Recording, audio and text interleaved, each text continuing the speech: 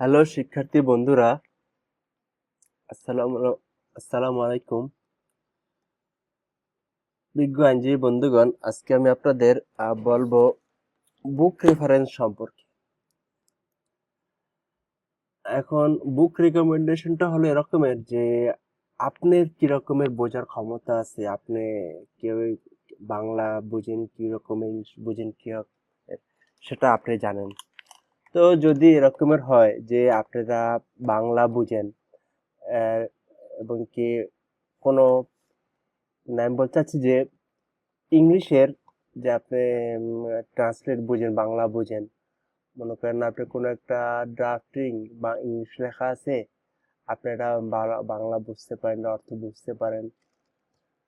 মানে এক কথায় আপনাকে আপনার এই কোনো ইংলিশের বাংলার জন্য বই লাগে না।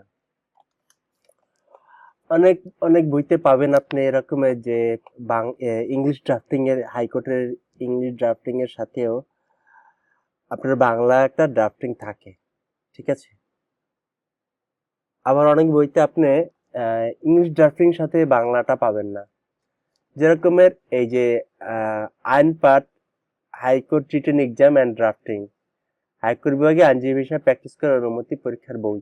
আচ্ছা, এই বইটা রাখছি কি, এটা হলো আইন পাঠের যে বইটা, আইন পাঠ আছে না, আইন পাঠ কোচিং এর জাহাঙ্গীর আলম স্যারের বই। আচ্ছা, তো এই যে এই বইটা আপনি কোনো বাংলা নাই, ঠিক আছে।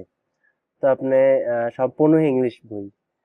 বইটা আমি কিনছি এবং কি আমি এই বইটা পড়েই হাইকোর্ট রিটেন পাস করছি। বইটা অসাধারণ লিখছে। আমি যদি এরকমের হয় কেউ যদি যে তার ইংলিশ বুঝতে সমস্যা হয় না, সে ইংলিশ খুব ভালো বুঝতে পারে, আপনার ইংলিশ ড্রাফটিং বুঝতে পারে, তাকে বাংলার জন্য তাকে আহ, বাংলা ড্রাফটিং তার প্রয়োজন হয় না ইংলিশ ড্রাফটিং বোঝার জন্য।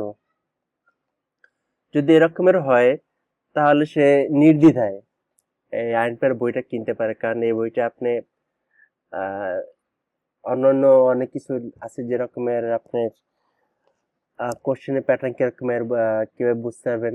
আমি জানি না অন্যান্য বইতে কি আছে, কারণ আমি এই বইটাই কিনছি।